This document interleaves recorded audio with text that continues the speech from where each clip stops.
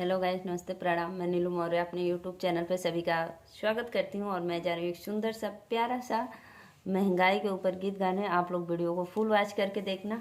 और जो भैया बहनी दीदी लोग फेसबुक से देख रहे हैं, प्लीज़ सपोर्ट करो, हमारा भी पेज को फॉलो करें आप लोग। राधे राधे, जय माता दी। सुनवा के दाम बढ़ल जाला, बलम तोहा के ना बुझाला हो। सोनवा के दाम बढ़ल जाला, बलम तोहा के ना बुझाला हो। सोनवा के दाम बढ़ल जाला, बलम तोहा के ना बुझाला हो। बनवला न झुमका, बनवला न झुलनी, बनवला न झुमका, बनवला न झुलनी। कई बार कहली तू मनला न बतिया, कई बार कहली तू मनला न बतिया। सब केहू कहे कि पियवा कमाला, बलम तोहा के ना बुझाला ओ। सब कहे कि पियवा कमाला, बलम तोहा के ना बुझाला हो। सोनवा के दाम बढ़ल जाला, बलम तोहा के ना बुझाला हो।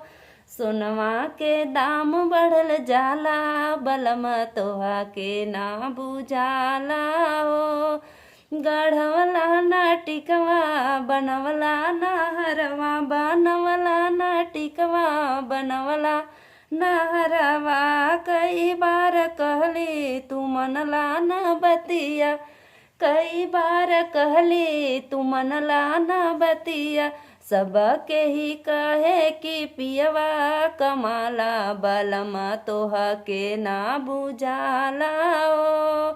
सब कहे कि पियवा कमाला, बलम तोहा के ना बुझाला हो। सोनवा के दाम बढ़ल जाला, बलम तोहा के ना बुझाला हो। सोनवा के दाम बढ़ल जाला, बलम तोहा के ना बुझाला हो। गढ़वला न कंगना, गढ़वला न पायल, बनवला न कंगना, बनवला न पायल।